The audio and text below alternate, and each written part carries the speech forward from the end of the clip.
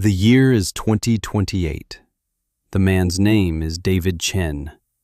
He's an analyst for a private equity firm, a firm that specializes in agricultural technology. They look for unicorns, companies that will change the way the world is fed. He is sitting in a farmhouse kitchen in rural Nebraska. The table is old oak, scratched with the history of 100,000 meals. In front of him is a spreadsheet. The numbers belong to the farm outside the window, Miller Family Farms. The numbers do not make sense. David Chen has a PhD from MIT.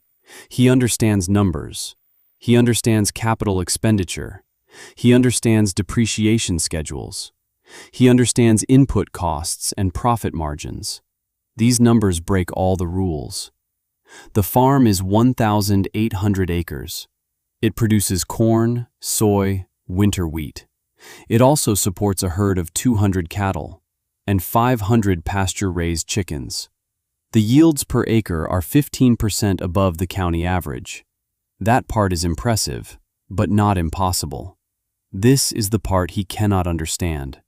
The input costs. Fertilizer, 0. Pesticide, 0. Herbicide, 0. The line item for farm equipment debt is also 0. 0. On an 1,800-acre modern farm. It is impossible. He looks up from his laptop. He looks at the woman across the table. Her name is Sarah Miller. Her hands are strong. Her face is lined by sun and time. She pushes a piece of paper across the table. It is a cashier's check, dated August 14, 2015, payable to John Deere Financial, for the amount of $675,000.72. The memo line reads, P.I.F., paid in full. David looks at the check, then back at the spreadsheet, then at Sarah. She says, "That was the last loan we ever took out, and we only had it for 48 hours. David feels a gap opening in his mind, a gap between the world he was taught and the world that exists in this kitchen. This farm, he was told, was a model of future profitability, a case study in financial resilience. But the story didn't start with profit. It started with a betrayal.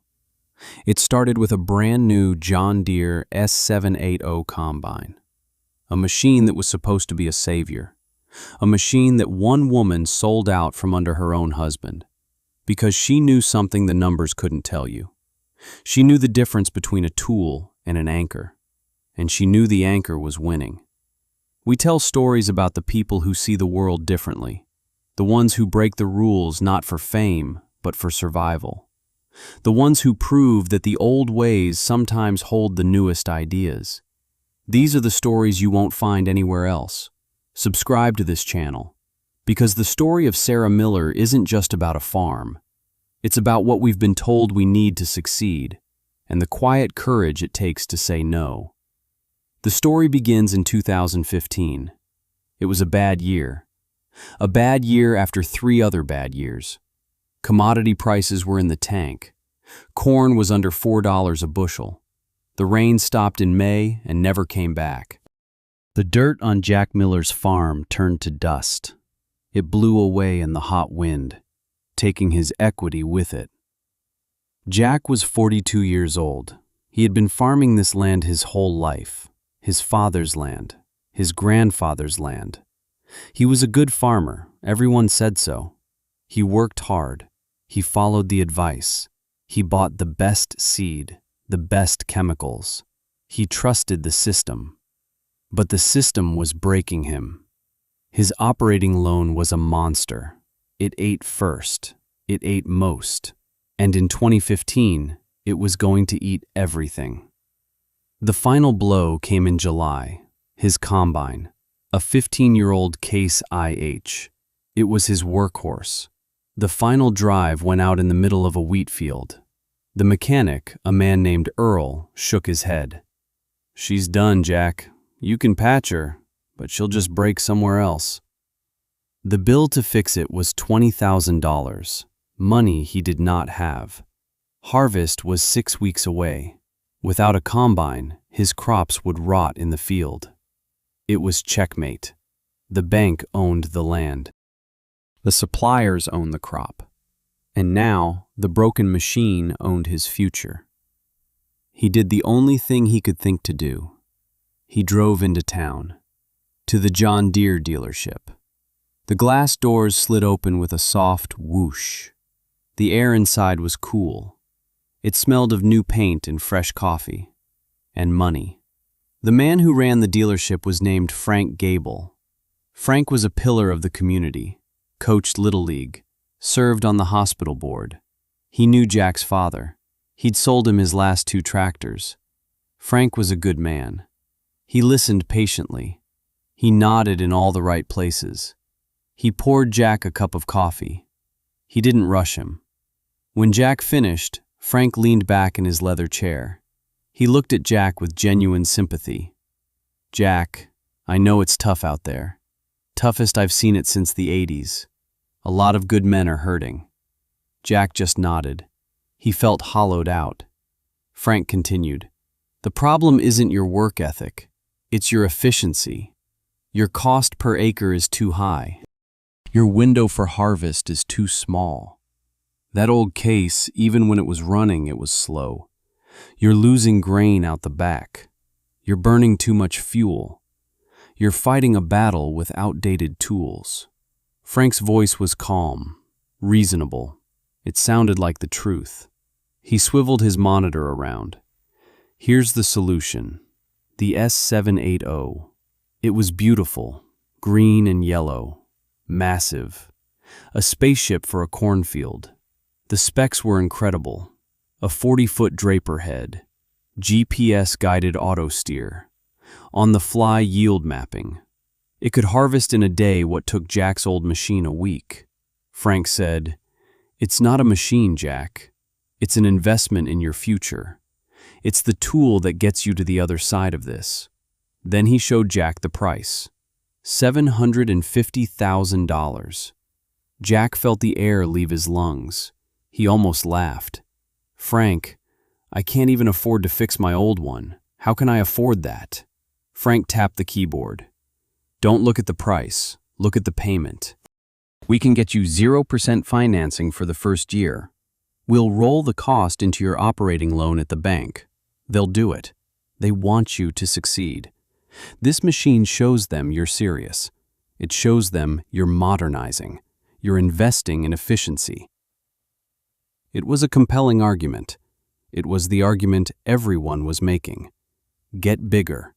Get more efficient. Spread your costs over more acres. Go big or get out. Frank believed it. He wasn't trying to trick Jack. He was trying to help him. He saw a good man drowning, and he was throwing him the best, most expensive life raft he had. "I'm not going to be the man who lets you fail, Jack. This is the only way." Certainty. It's the most dangerous thing in the world, especially when it's delivered with kindness. You can't fight it with anger. You can't argue with it, because it feels like care. It feels like protection. Jack sat there for an hour. He looked at the pictures. He read the brochures. He drank the coffee. And he signed the papers. He was buying his way out of a problem. He was doing what a man was supposed to do. He was making a bold move. He drove home feeling a strange mix of terror and relief. The combine would be delivered in a week. He told his wife Sarah over dinner.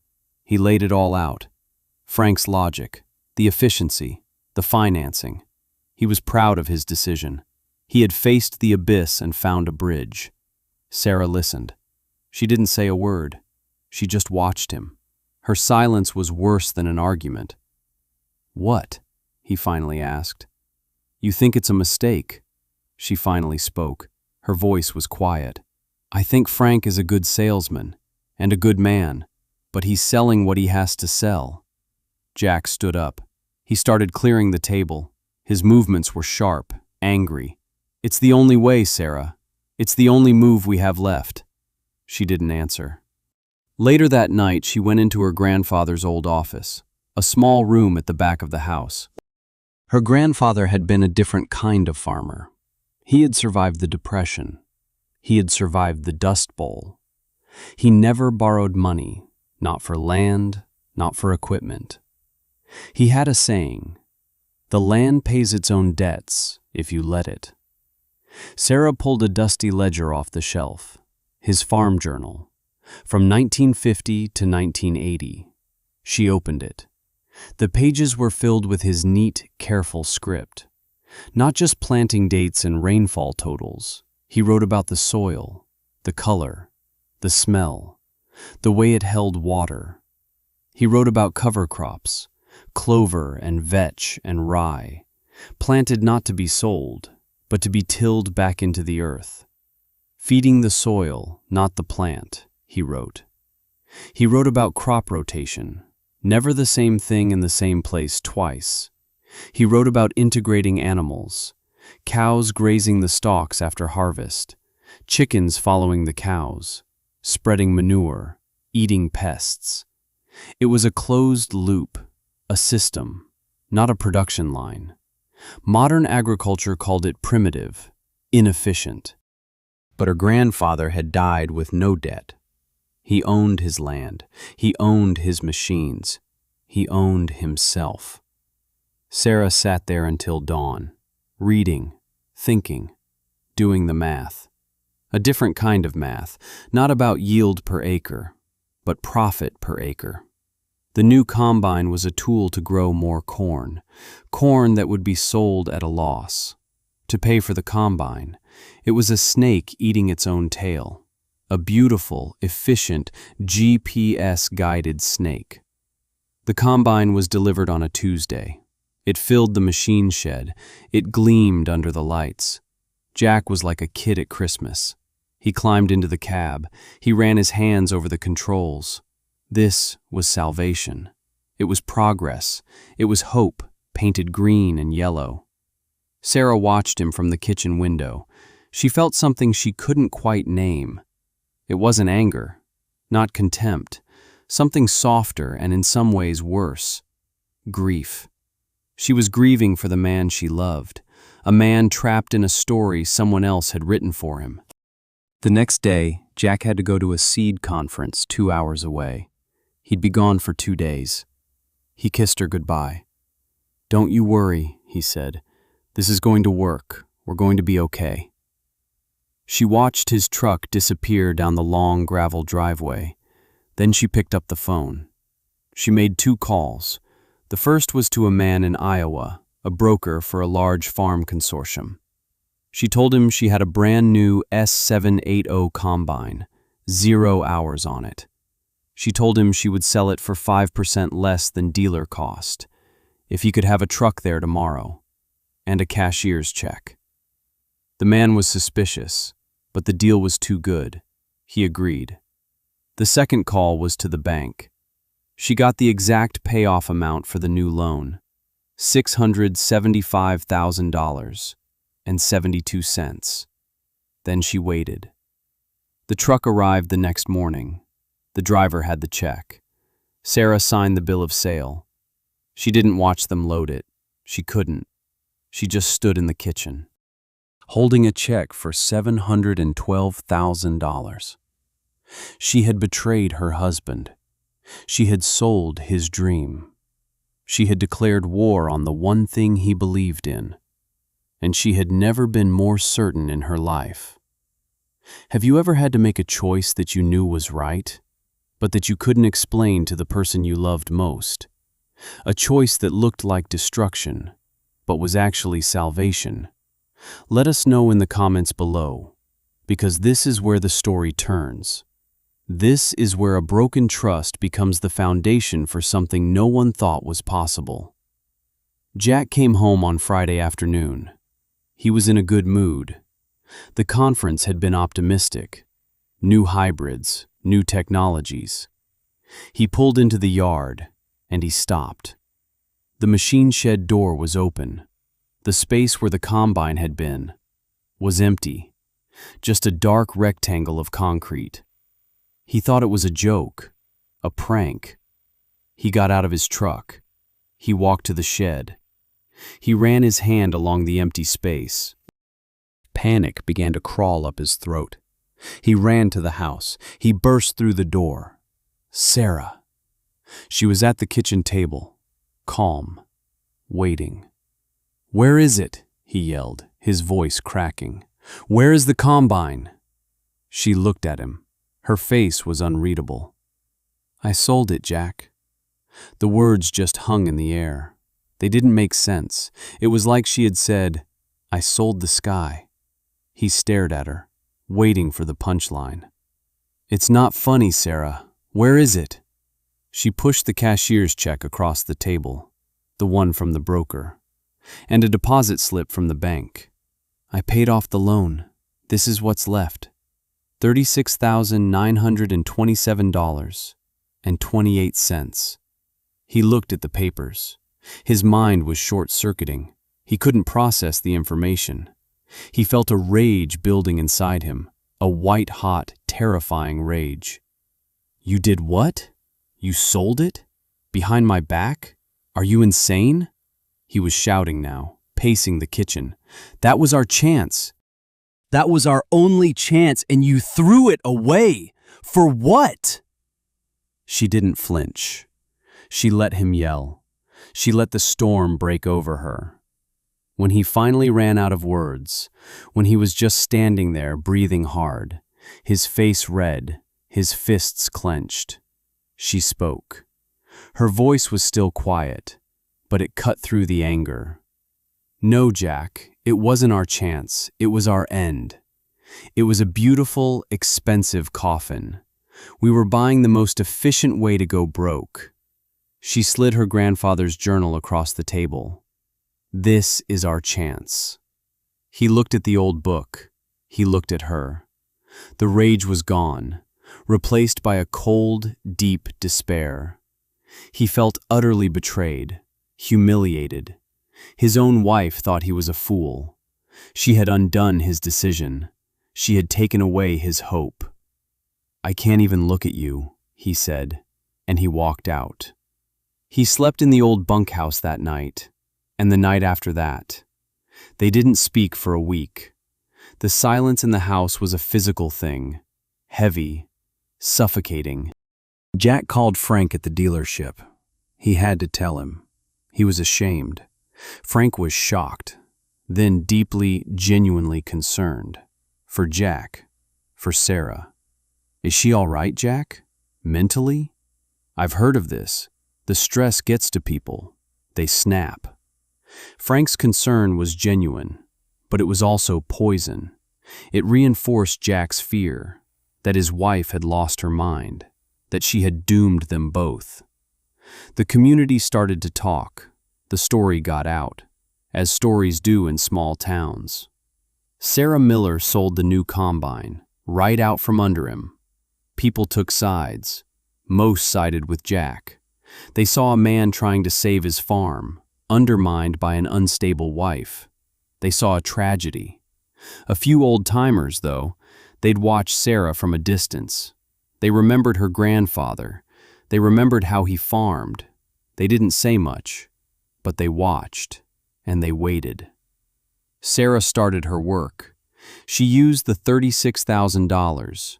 She bought an old Alice Chalmers no-till drill from the 1970s for $5,000, cash. She bought a used disc bine and a baler, $10,000, cash. She bought tons of seed, not corn or soy, but hairy vetch, Austrian winter peas, crimson clover, cereal rye, a dozen different species. The man at the seed co-op thought she was crazy, planting a crop you can't sell.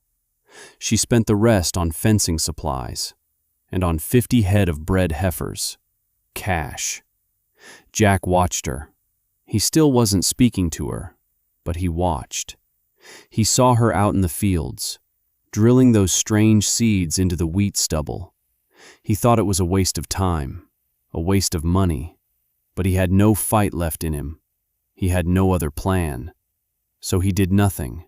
He just existed, a ghost on his own farm. Harvest time came. They needed to get the corn and soybeans out of the field. They had no combine. Jack was paralyzed. He was ready to admit defeat, to call the bank, to tell them it was over.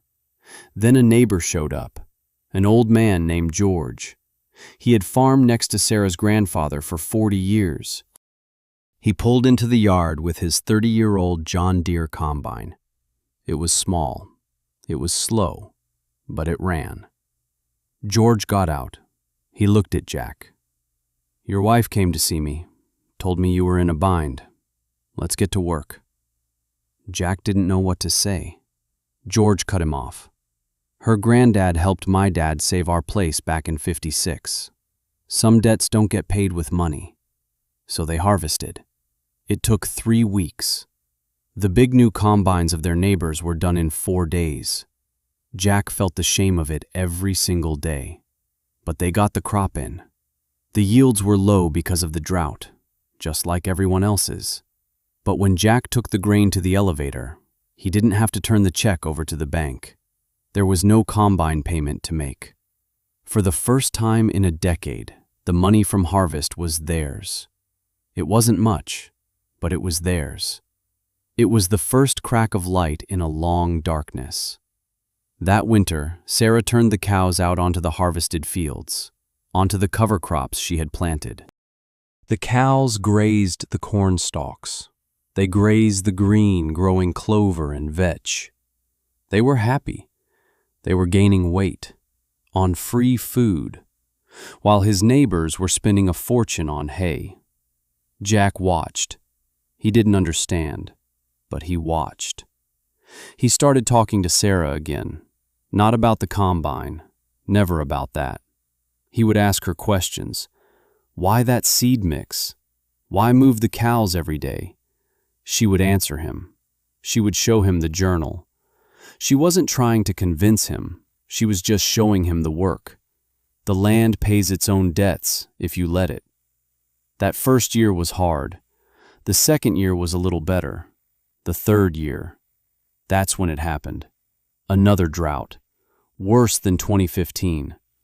The corn in their county started to wither in July. The leaves turned yellow and brittle. The neighbors' fields looked scorched, but the Miller farm was different. Their corn was still green.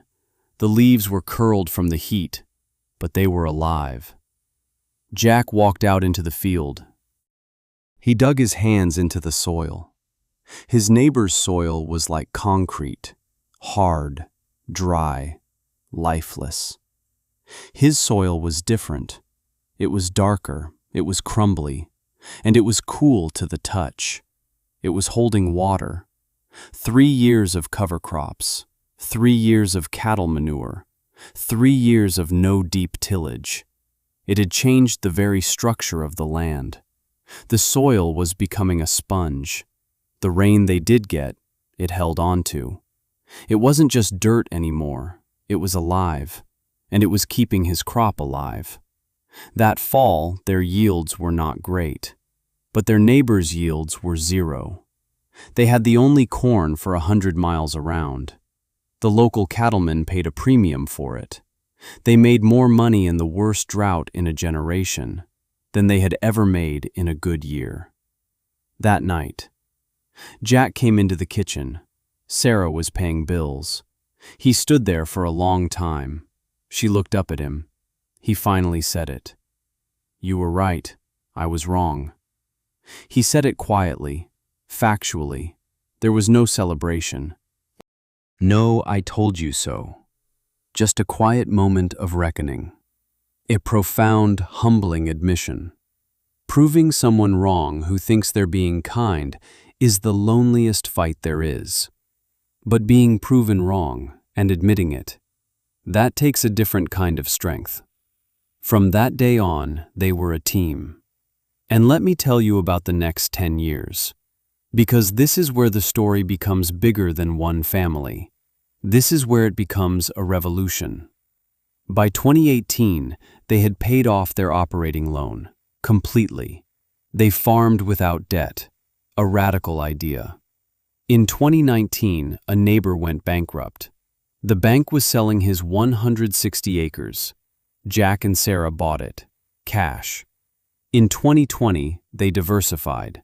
They added a flock of 500 laying hens. The chickens followed the cattle in the pasture, sanitizing the fields, adding more fertility. The eggs were sold to local restaurants. Cash.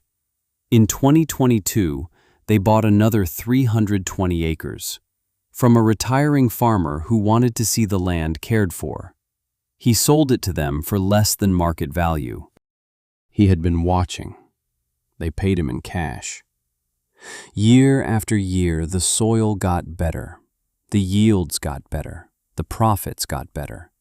They didn't get bigger by getting more efficient in the conventional sense. They got bigger by getting healthier, by stacking enterprises, by closing loops, by treating the farm as an ecosystem, not a factory. The land was paying its own debts, and then some. Frank Gable, the John Deere salesman, watched it all. He drove past their farm. He saw the green fields in the middle of a drought. He heard the talk at the co-op, about the millers, about their yields, about how they had no debt. It didn't make sense. It defied everything he knew, everything he had built his career on. He was selling $500,000 tractors to guys who were losing money, while Jack and Sarah were thriving with old, paid-for equipment. In 2028, Frank was getting ready to retire. The dealership was struggling. Fewer farmers every year, tighter margins.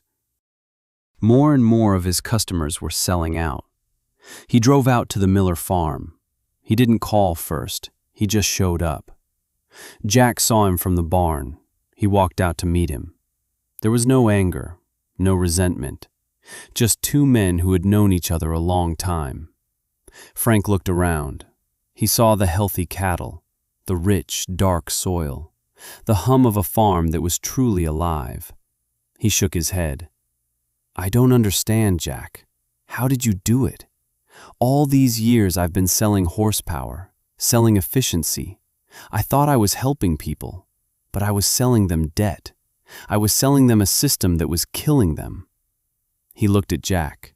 His eyes were full of a quiet devastation. "I was wrong. About everything."